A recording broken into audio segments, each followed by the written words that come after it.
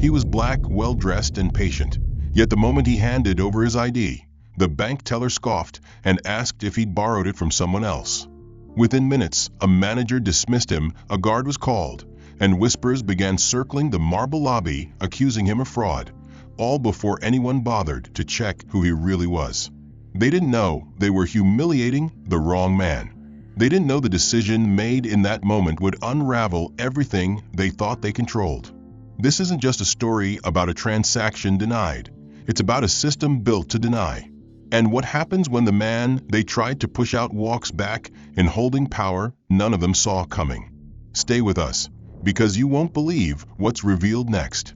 If stories like this make you think about justice, about judgment, about the faces we ignore, hit that subscribe button, drop a comment with where you're watching from, and tell us, at what point would you have stood up and said enough?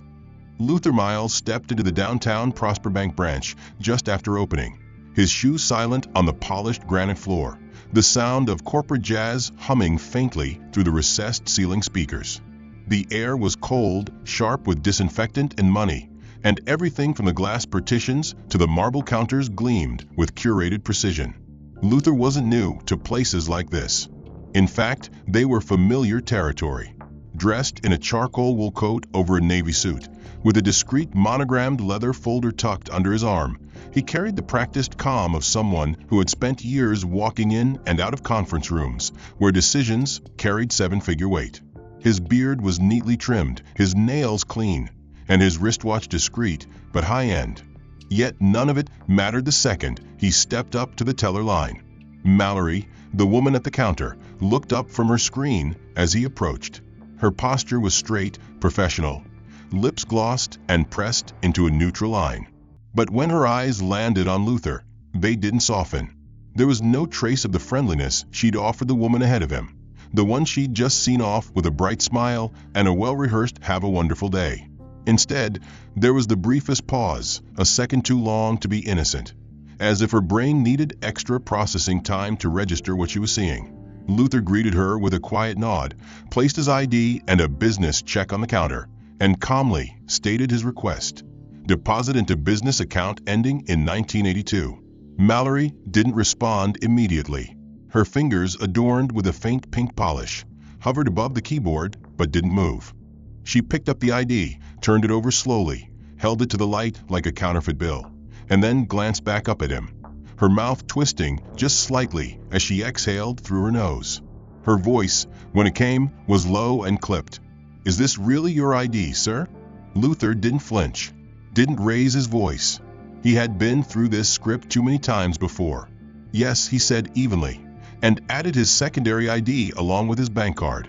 Mallory scanned the second card, tapped a few keys with deliberate slowness, then leaned back in her chair and crossed her arms, her lips barely hiding the skepticism building behind her professional mask. She stared at the screen, then back at the check. "There seems to be a discrepancy," she said, though her tone made it sound more like a suspicion. Luther calmly asked what discrepancy she meant. She didn't answer directly. Instead, she stood and told him she needed to verify the account with the supervisor. He gave a tight nod and stepped slightly to the side, still within view of the window. Behind him, the line grew. A man in a navy pinstripe suit entered the lobby, phone pressed to his ear, briefcase in hand, moving with the kind of bored confidence that came from knowing every door would open without resistance. Mallory glanced past Luther, eyes lighting up just a little at the sight of the newcomer. Without waiting for an acknowledgement or excuse, she called out that the next window was open and waved the man forward. Luther turned slightly and asked if his transaction had been completed. Mallory ignored him, her focus now entirely on greeting the man who had just arrived. Before either could say more, a door at the rear of the lobby swung open, and a tall man in a fitted gray blazer stepped out. Dennis, the branch manager, carried a tablet in one hand and the kind of practiced smile reserved for shareholders and clients who had long-standing capital accounts. He scanned the room once and locked eyes briefly with Mallory. She gestured toward Luther, murmured something low under her breath. Dennis gave her a single glance, then turned to the man at her window and stepped forward, extending a hand and offering him a personal welcome. "Let's get you into an office, sir. No need to wait here in the lobby." His voice was loud enough for Luther to hear. No eye contact. No acknowledgement. As the suited man followed Dennis into one of the glass-walled rooms along the corridor, Luther remained at the window, silent, unmoved. Mallory sat back down, avoided his gaze, and began typing slowly, one key at a time. Luther folded his arms, the folio still cradled under his elbow, and waited. Another 5 minutes passed. The lobby had filled now, 2 tellers on duty, a receptionist at the desk offering coffee and fake warmth to those she deemed appropriate. A young woman in a silk blouse was chatting casually with a teller 3 windows down. An elderly man was escorted by a banker into a side room without ever standing in line. Luther remained, waiting. His IDs were still with Mallory. His patience was still intact. But something inside had shifted. His eyes scanned the room, taking in every detail. The receptionist whispering to a colleague. The security guard leaning just slightly forward in his chair, eyes fixed on Luther. The polished wood clock on the wall ticking past 9:20. Mallory stood again and walked toward the manager's hallway. Luther didn't follow her with his eyes. He didn't need to. He already knew. This wasn't about verification. It wasn't about security protocol. It wasn't about technical errors. When she sat down, she didn't address him directly. She typed something into the terminal with a determined rhythm, the clacking of keys sharp, almost theatrical in volume. Then, without lifting her gaze from the screen, she gestured in the air and spoke firmly, asking him to please step away from the counter and wait in the adjacent area while they completed an internal verification process. The phrasing was clinical, deliberately vague, but the intent was crystal clear. She wasn't requesting anything. She was removing him. Luther rose slowly, adjusting his coat with a measured breath, and returned to the same seat he'd occupied earlier, just a few feet from the counter, still within earshot, still within view of every transaction around him. He didn't raise his voice. He didn't protest. He understood the performance. This wasn't about process. This was about optics. This was about signaling that his presence was a disruption to be contained and controlled. The lobby moved around him as if he were invisible, but he could feel the eyes, the subtle tilts of heads, the sidelong glances that always came when someone dark-skinned was made to wait while something was being looked into. After several minutes, Mallory returned with a thin stack of printouts, policies, transaction logs, something meant to look official. She called for the security guard, a short, broad man with a freshly buzzed head and a badge that gleamed under the LED lights across the room, and stood near Luther with arms folded. He didn't speak. He didn't need to. The message was in his posture. Luther acknowledged him with a glance, then stood, retrieved another folder from inside his coat, and calmly walked back to the teller's window. He unfolded a new set of documents, corporate verification records, tax identification papers, a scanned contract with the bank's own name printed at the header, and placed them all on the counter in sequence. Mallory didn't touch them. She leaned back in her chair and shook her head.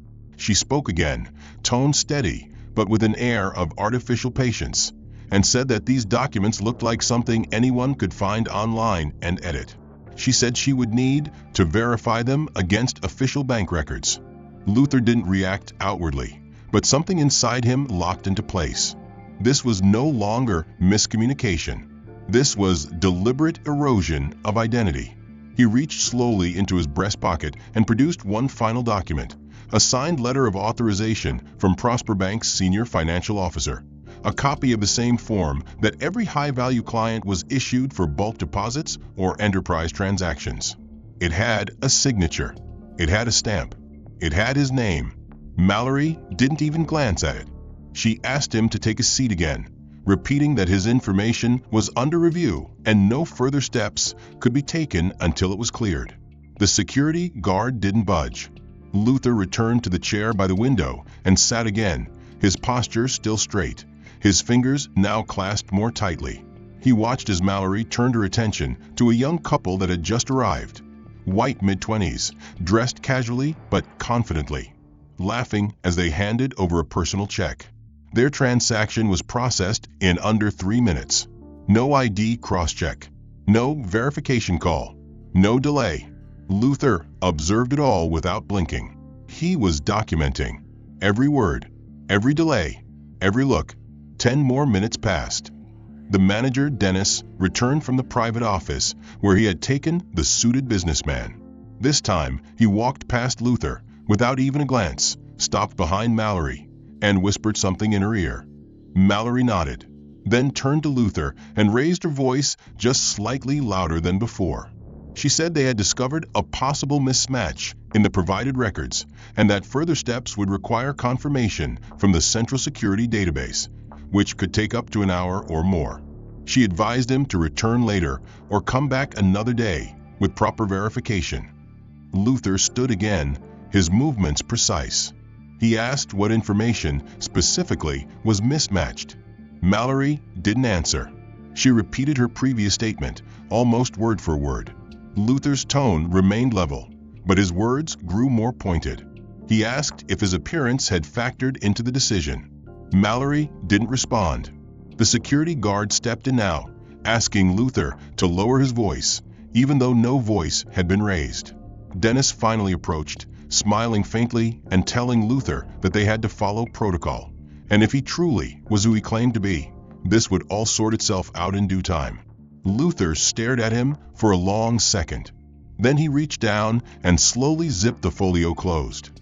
He adjusted his coat, looked around the room one last time, and then met Dennis's eyes with a stillness that said more than words. He asked calmly if Dennis would make a note of what had just occurred. Dennis said the incident would be recorded internally.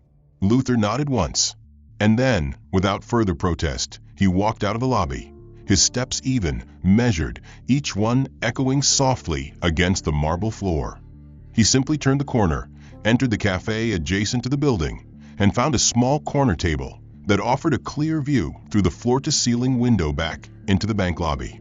From there, he opened his laptop, connected to a secure server, and began documenting.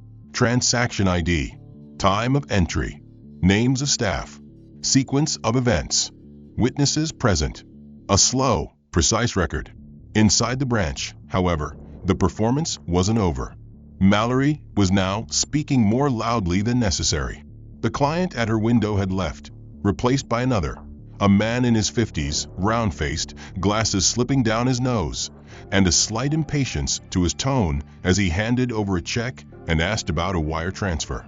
Mallory smiled, nodded, processed his request swiftly, but her voice suddenly shifted. Her next sentence, spoken mid-keystroke, was audible across the room. She explained, clearly, carefully, that there had been an earlier incident, a potential fraud case, a man attempting to access an account that wasn't his, using what appeared to be fabricated documentation. Her words didn't name Luther, but they didn't need to.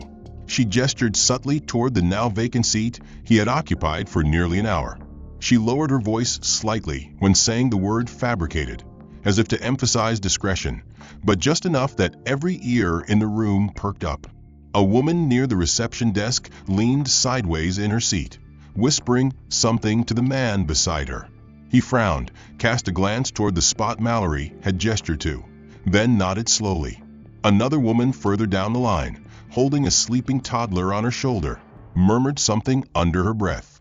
The security guard, still standing near the counter, didn't correct Mallory's statement.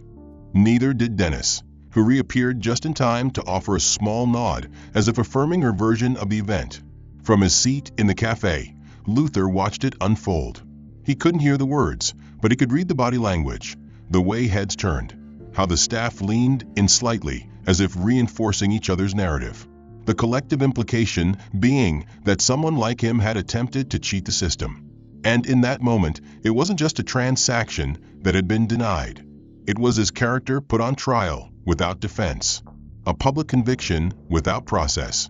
Back inside the bank, one of the younger tellers, a man named Caleb with a timid posture and a weak voice, shifted uncomfortably behind a station. He had witnessed the interaction earlier. He had seen the documents, seen Luther's calm demeanor, heard the tone of the conversation. And yet, when a woman in line leaned forward and asked quietly, Is that the guy who tried something earlier?" He simply nodded. Not because he believed it, but because denying it would require confrontation. And confrontation wasn't in his nature. Mallory, emboldened now, repeated her version of the incident 2 more times. Once to another teller, once to a customer who had clearly asked out of curiosity. Her tone carried authority. Her voice, though still professional, took on the cadence of someone doing a favor for the institution, warning others, ensuring safety. She said things like standard fraud indicators, flag behavior, ongoing internal review. Terms vague enough to sound credible, but specific enough to indict. And just like that, Luther Miles had become a cautionary tale before lunchtime. A woman with a baby stroller walked into the branch and asked the receptionist whether the man causing problems earlier had been removed. The receptionist, unsure, replied that she believed so. She added that there had been some confusion with documentation, but that security had handled it. Again, no denial, no clarity, just suggestion, just silence in the places where truth should have spoken. From his seat across the glass, Luther watched a bank associate glance up from her tablet and whisper something to a colleague as she nodded in the direction of the front window at him. The other associate followed her gaze, then turned away quickly, avoiding eye contact. The chain of implication had gone full circle. What had begun as a quiet dismissal had now metastasized into a false narrative accepted as fact. Luther closed his laptop, his documentation complete. He finished his espresso in 2 final, controlled sips, checked his watch, and stood. The cafe door swung closed behind him as he crossed the sidewalk once again and stepped inside the bank lobby with the same deliberate pace as before. This time, the energy changed instantly. The receptionist stiffened. Dennis stood straighter. Mallory's fingers froze above her keyboard. The narrative they'd built so comfortably had not prepared them for a return, and certainly not for this one. The notice Luther had delivered sat untouched on the receptionist's desk like a lit fuse, stamped with the insignia of the Office of Corporate Compliance, its meaning unmistakable to anyone who had worked in financial services long enough to know what those audits could uncover. Despite this, no one moved. No phone calls were made. No warnings passed upward through internal systems. Instead, they waited, hoping perhaps the paper would vanish, the man would stay gone, and the moment would pass unchallenged. But Luther didn't stay gone. He returned 20 minutes later, the same expressionless calm on his face, the same folder under his arm, and quietly took a seat in the waiting area. He said nothing to the receptionist. He didn't approach the counter. He simply waited, hands clasped, posture unwavering. Mallory noticed him first. Her eyes snapped to him instinctively, then quickly darted away. She whispered something to a colleague, then stood up, walked to the back corridor, and disappeared behind the frosted door marked staff only. When she returned several minutes later, she made no acknowledgement of his presence. She sat down, clicked through her screen for another few moments, then turned deliberately toward Dennis's office. She knocked once, entered without waiting for permission, and closed the door behind her. Through the glass wall, their conversation played out in gestures and sharp head movements. Dennis pointed toward the reception desk. Mallory shook her head. He stood abruptly, moved to his desktop monitor, clicked something, frowned, then paced once in a tight circle. When they emerged, Mallory returned to her window, while Dennis made his way to Luther with a courteous smile plastered over the tension in his jaw. He asked Luther to wait just a little longer. He said they were still trying to cross-reference account permissions, that there had been a technical delay with the compliance portal, and that they needed additional validation before proceeding. He thanked Luther for his patience and disappeared once more. Luther gave no reply. The clock read 12:27 when Mallory finally looked up and addressed him again. She told him, in a rehearsed tone, that her lunch break was scheduled and that another representative would assist him shortly. Then she stood, grabbed her coat, and left the building without waiting for a response. No one replaced her. No one approached. Luther remained in his chair. He did not fidget. He did not ask questions. But his eyes tracked every movement, every teller change, every customer interaction, every staff huddle near the back office. 20 minutes passed. Then 35. Then 47. The lobby emptied and filled again. Clients came and went, appointments were met. Phones rang behind the glass offices. Still, no one called his name. No one offered assistance. Caleb walked by twice with paperwork, visibly uncomfortable under Luther's gaze. He did not stop. He did not speak. At 1:13, Mallory returned with a paper bag in one hand and a drink in the other. Her makeup looked retouched, her hair slightly windblown. She avoided looking at Luther entirely, slid behind her station, and spent the next 5 minutes pretending to check emails. When she finally acknowledged him, it was with a tone of mild surprise. She asked whether he was still waiting, as if she had forgotten. He answered yes. She nodded and said, "Give me a moment. I'll check the system again." She picked up the phone receiver, but didn't dial. She stared at the keypad for a few seconds, pressed a few buttons randomly, then waited with the receiver against her ear in perfect stillness. A minute passed. She furrowed her brow, sighed once, and set the phone down. Her voice carried easily across the lobby when she spoke again, though it seemed addressed to no one in particular. "Strange. I'm not getting anything. I can't seem to find any confirmation for Luther Miles." Then she added, with a frown that looked rehearsed, "No one seems to know who he is." Her words floated across the room like static electricity, subtle enough to avoid direct scrutiny, but clear enough for nearby clients to hear. A woman near the entrance looked up briefly. A man in the lone officer queue shifted in his seat and glanced toward Luther. The guard, seated again near the front desk, looked up from his phone but didn't move. Luther didn't speak. He didn't flinch. But his hands, resting on his knees, curled ever so slightly into loose fists.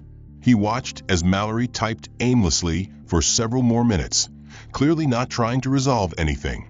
She printed a blank form, stapled it to nothing, then placed it neatly into a folder she promptly closed and never touched again. Another 15 minutes passed. The clock ticked toward 2. Mallory yawned loudly, stretched her arms, and glanced toward the door as if expecting someone important. She opened a chat window on her monitor and laughed softly at something typed by a colleague.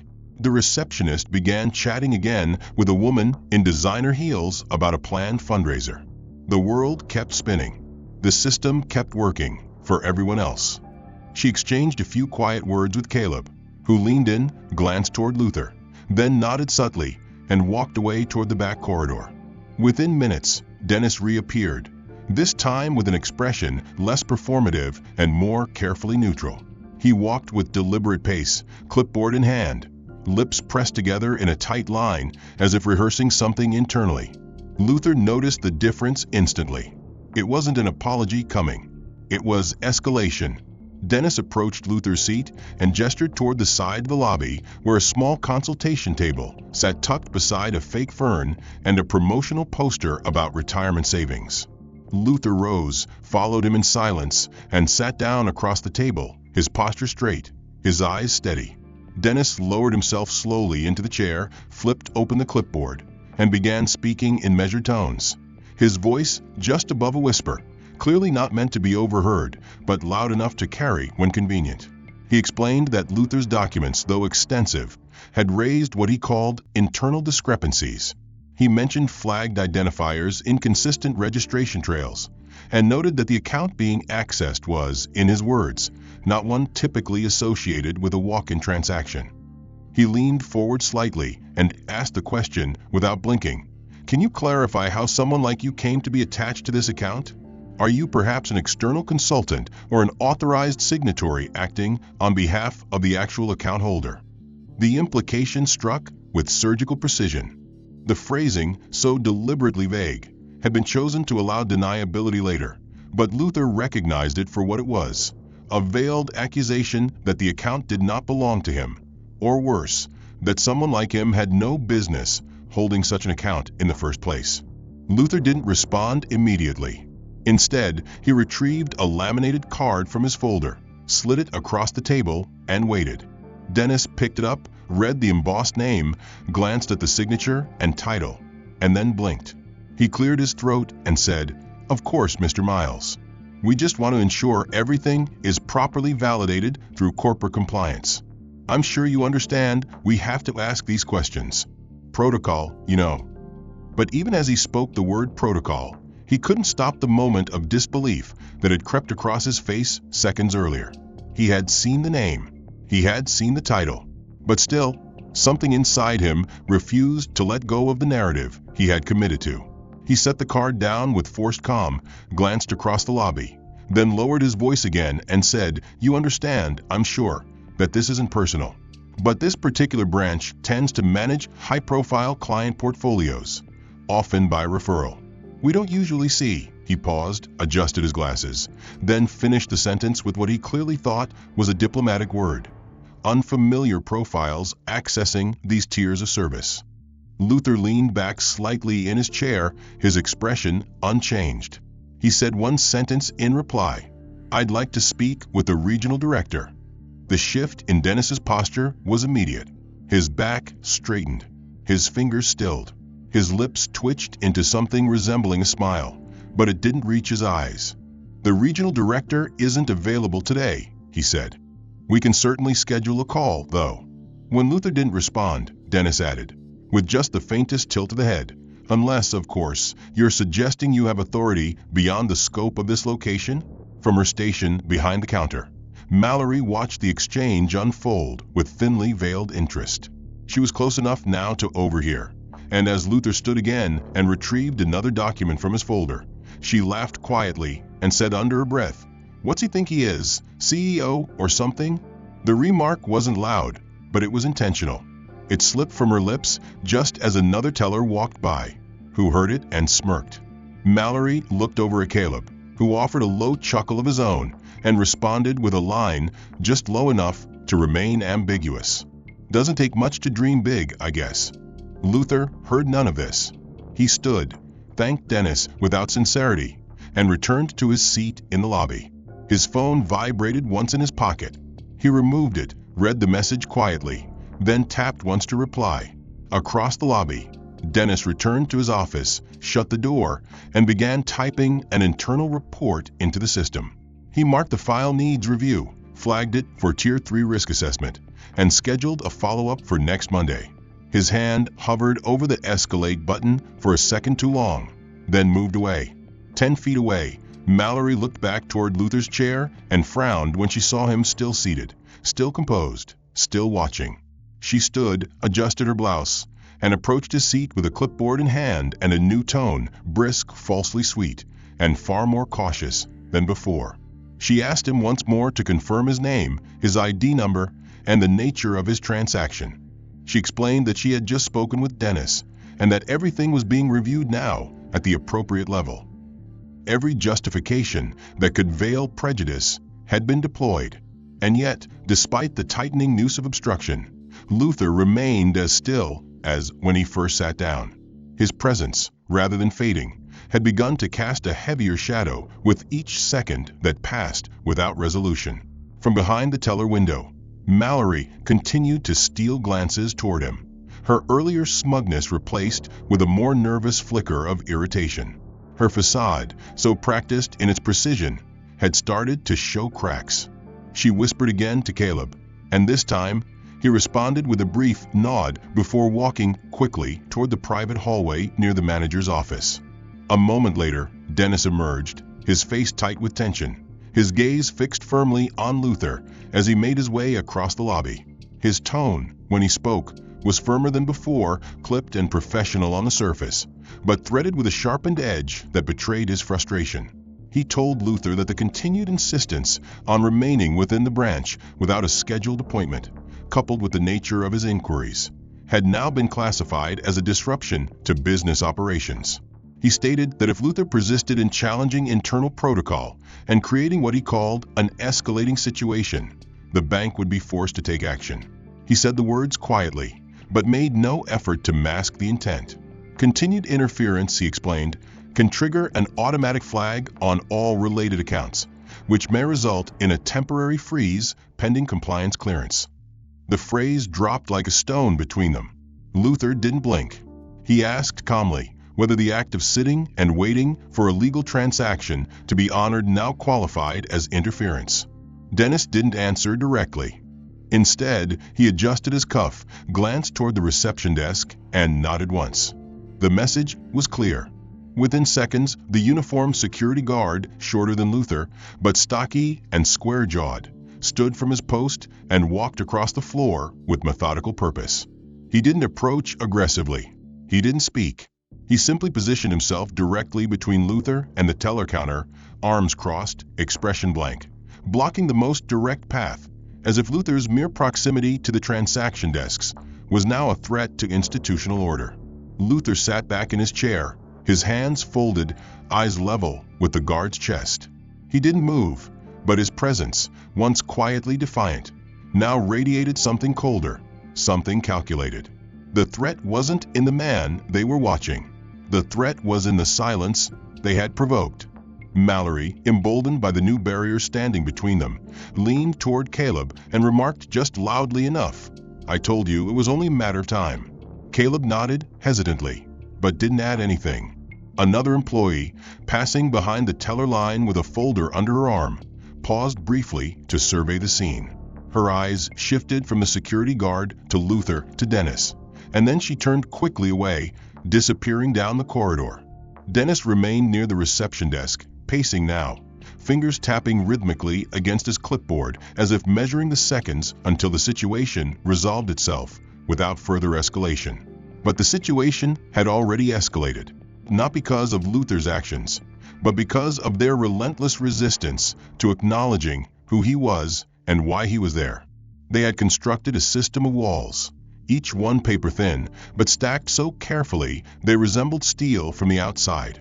And now, with nothing left to justify their denial, they turned to intimidation. Luther finally stood.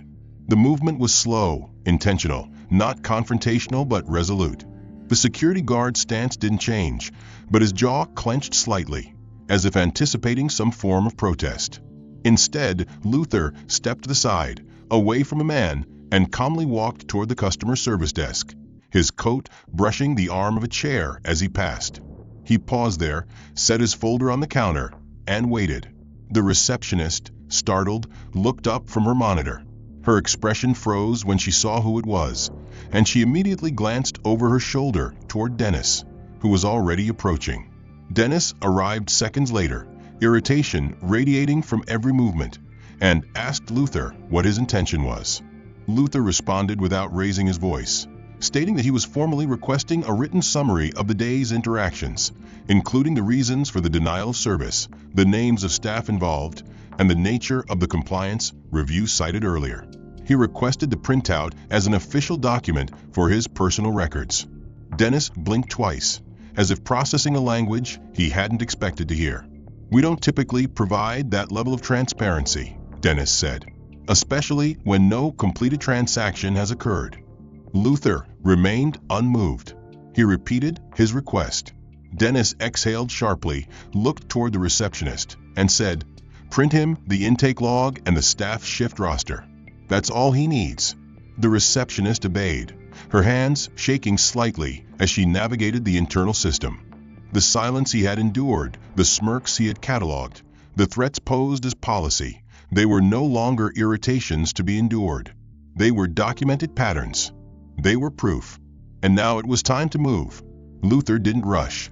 He walked calmly down the sidewalk, turned the corner past the cafe, where he had earlier documented the beginning of the mistreatment, and stepped into a quieter space tucked beside a financial co-op. There, under the shade of a narrow brick overhang, he reached into his coat pocket and retrieved a separate phone. Not the one tied to his usual accounts. Not the one receiving silent apologies from his assistant or delayed requests from his legal team. This one was reserved for moments like this, controlled, time-stamped, and irrevocable. He scrolled once, tapped the top contact, and raised the phone to his ear. When the line picked up, he didn't pause. He simply said the words with a voice sharp and even. "Activate final phase. Denied identity verification. Harbor Branch. You know what to do." Then he hung up. He slid the phone back into his pocket, stepped into the sunlight, and waited. He didn't need to pace. He didn't need to speculate. What came next had been prepared well in advance. What came next had been earned. Back inside Prosper Bank, the staff had begun to settle back into routine, unaware that the rhythm of their day was about to fracture. Mallory once again leaned against the counter, was scrolling through a personal message thread on her monitor while sipping from her second iced coffee of the afternoon.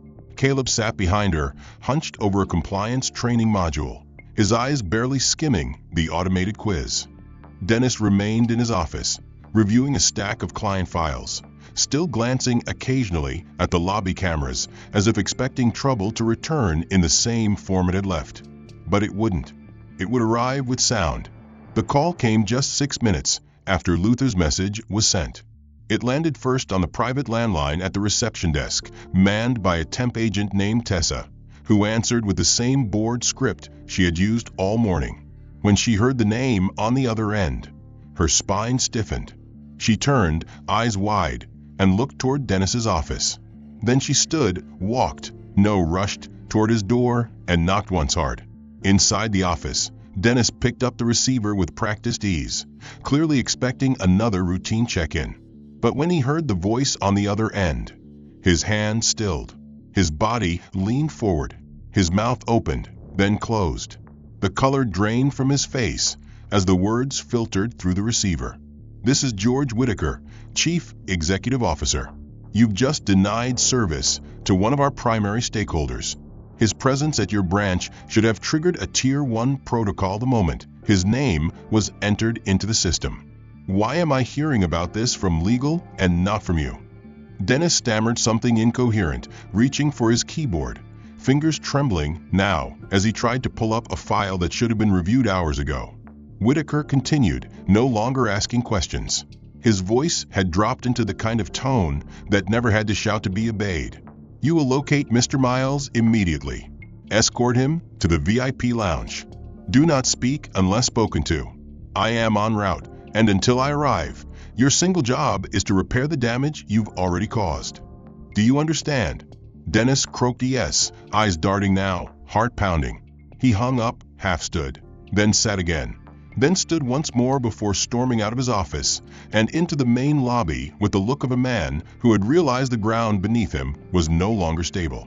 Mallory saw him coming and straightened immediately, assuming, perhaps, that he had come to applaud her for her diligence.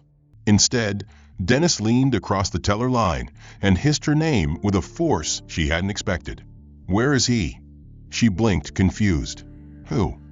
Dennis's voice tightened further. "Mr. Miles. Where is he right now?" Mallory looked toward the door, then back at Dennis. "He left." Dennis's hand clenched around the edge of the counter. "Call him. Track him. Find him. Now." It was too late. The second phone call had already come in, this time to the branch-wide alert system, routed through the internal IT relay, flagging Luther Miles's profile with a red priority banner across every terminal in the building. A system notification popped up on Caleb's screen, then Mallory's, then Tessa's. Each message carried the same directive: Mr. Luther Miles, Chair of Institutional Review Board. Authorize VIP accommodations. Immediate red-level access required. Personal oversight mandated. By the time Luther re-entered the branch, his coat now folded over his arm, the folder still perfectly intact beneath it, the entire lobby had gone quiet. No customers stood at the counter. No staff muttered behind plexiglass screens. The receptionist didn't speak. She just stood, wide-eyed and frozen, as he passed. Mallory stepped back from her station, as if the floor beneath her had tilted. Behind him, the room was curated for the highest-tier clientele. Leather seating, a stocked refreshment bar, private terminals, a muted television on a business channel with no sound. The associate who had escorted him inside remained respectfully in the background, phone in hand, waiting quietly near the door. Luther said nothing for a long moment. He simply watched the city, his posture relaxed, his composure untouched by the chaos he knew was unraveling behind the walls he'd just passed through. Back in the main branch, Dennis moved like a man navigating a minefield, issuing hurried instructions to staff who could barely meet his eye. Mallory no longer smiled. She no longer whispered to Caleb. Her hands trembled each time she typed, her monitor now pulsing with the red overlay that appeared only under executive command. It had taken less than 10 minutes for the full scope of the mistake to be realized. A second internal alert had confirmed what the earlier call had hinted. Luther Miles was not just a VIP client. He was now the executive chairman of Monarch Holdings Group, the private equity firm that, as of 72 hours earlier, had finalized the acquisition of Prosper Bank and its subsidiaries in a landmark $1.8 billion deal. The name had flashed across the homepage of every financial news outlet that morning, but none of the staff here had made the connection. They hadn't looked. They hadn't imagined that the man in the quiet coat and polished shoes sitting silently in their lobby could be the same individual whose signature now carried more weight than any policy manual stacked in their back office. Inside the lounge, Luther turned from a window and walked toward the small control terminal built into the wall.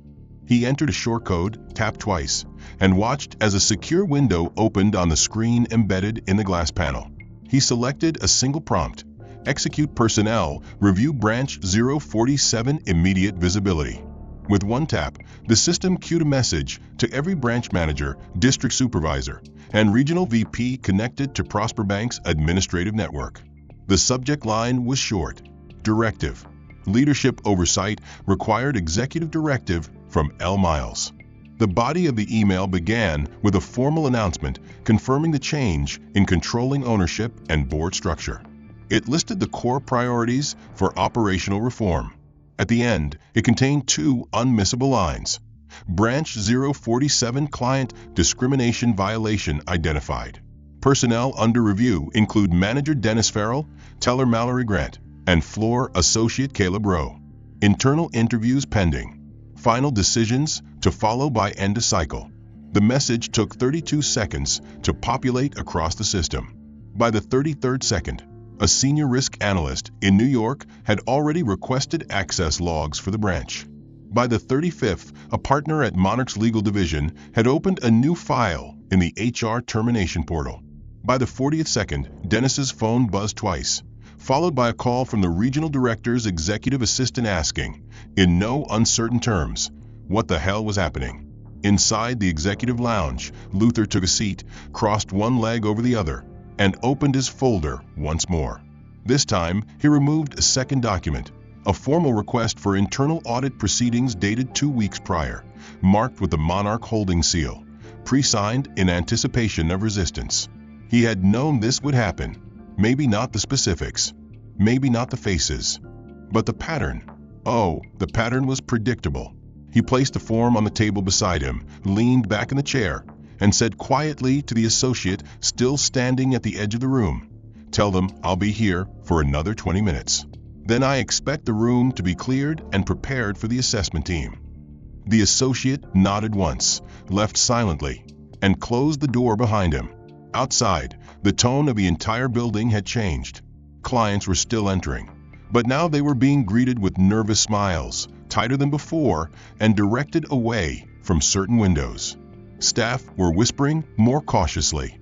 Dennis had locked himself in his office and was now typing furiously, his attempts to rewrite the narrative growing more desperate with each passing minute. He had already deleted 3 internal memos. He had rewritten 2 client notes. He had crafted a draft apology he hadn't sent. But the screens betrayed him. At 2:47 p.m., every monitor at the branch flickered briefly. A new message appeared. Black background, white font, all caps. Attention. Effective immediately. Mr. Luther Miles holds executive oversight authority under the restructured Prosper Bank Group. Below, it was a signature, scanned and verified. His own title followed beneath. Executive Chairman, Monarch Holdings. Mallory stared at her screen and slowly removed her hands from the keyboard. Caleb swore under his breath and walked away from the teller line entirely, leaving his register open. The receptionist sat back in her chair, stared at the flashing message, and covered her mouth with her hand. No one knew what to say.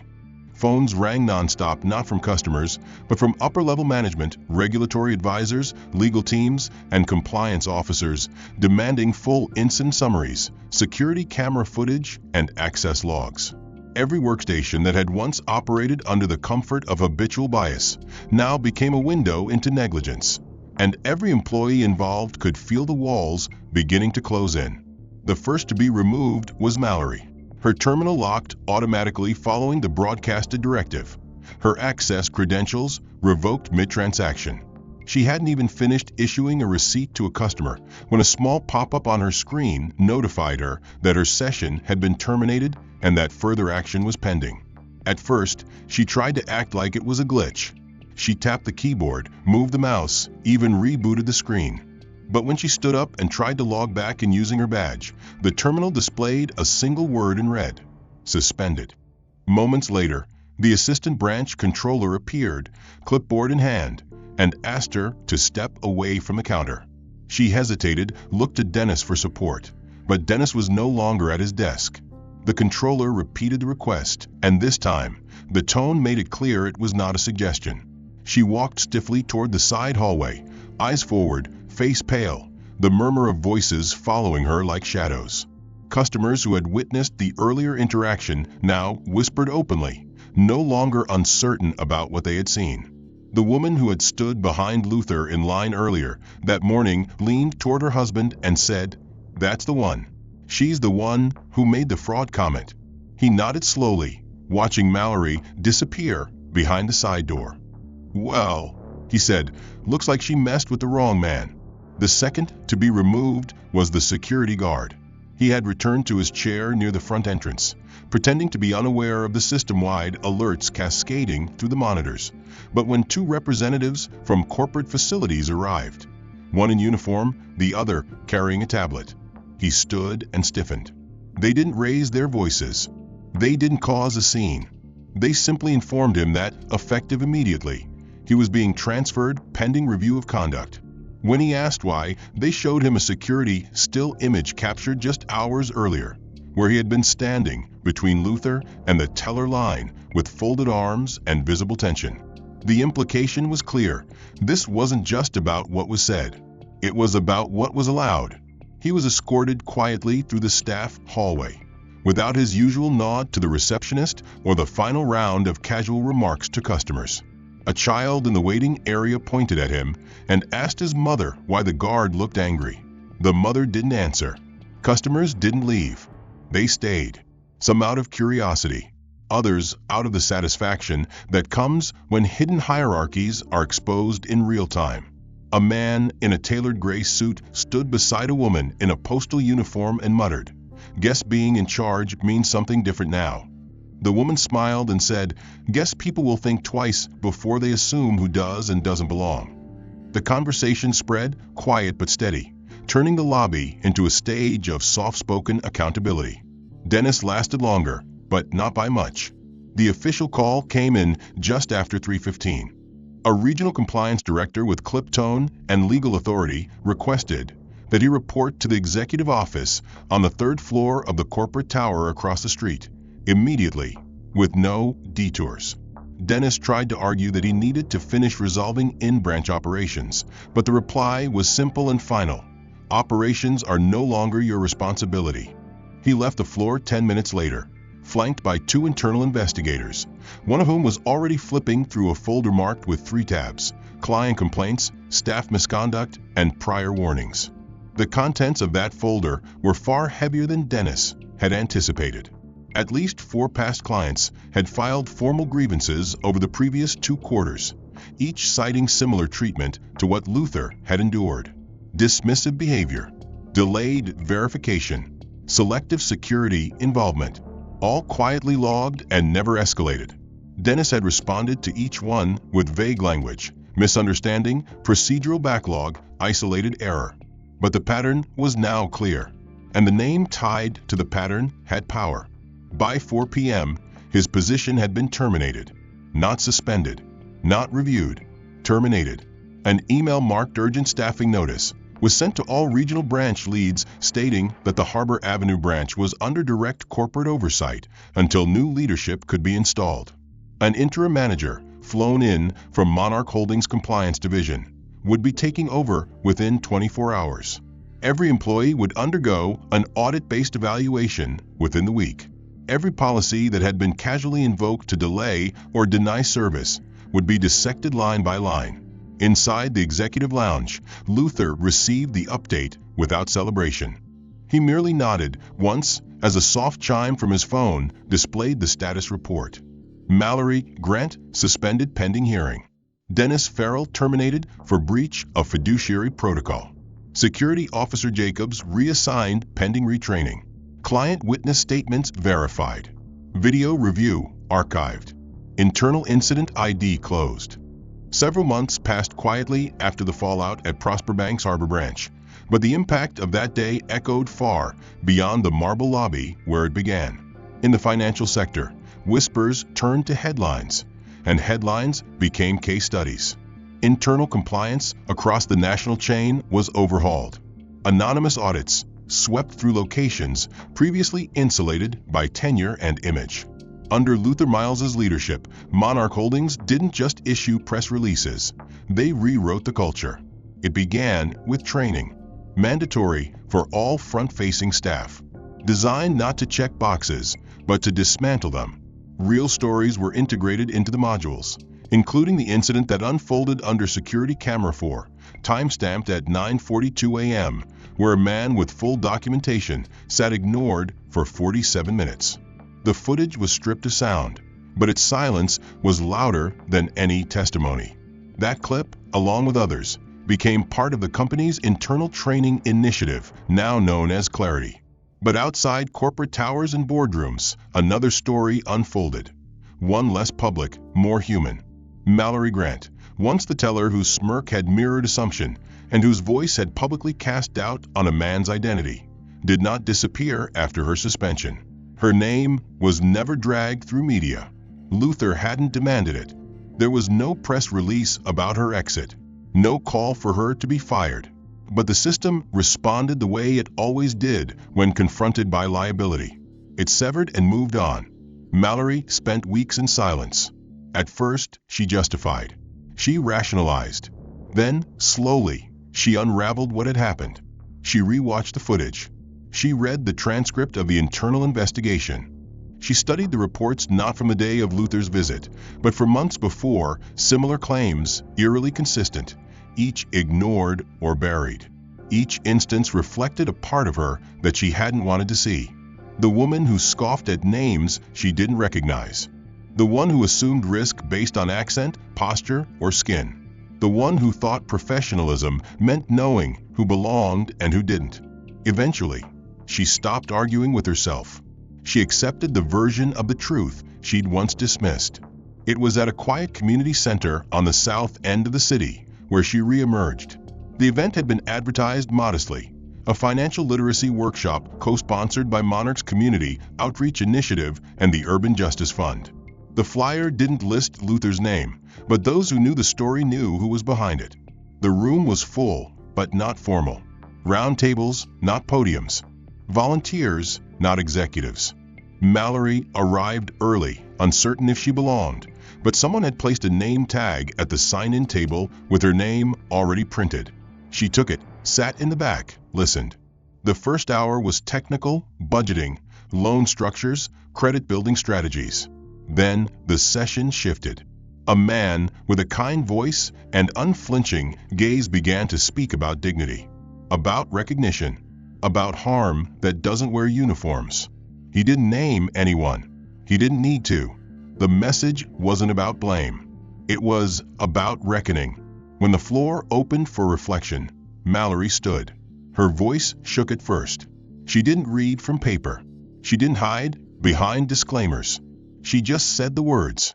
She said she was the person behind the counter that day.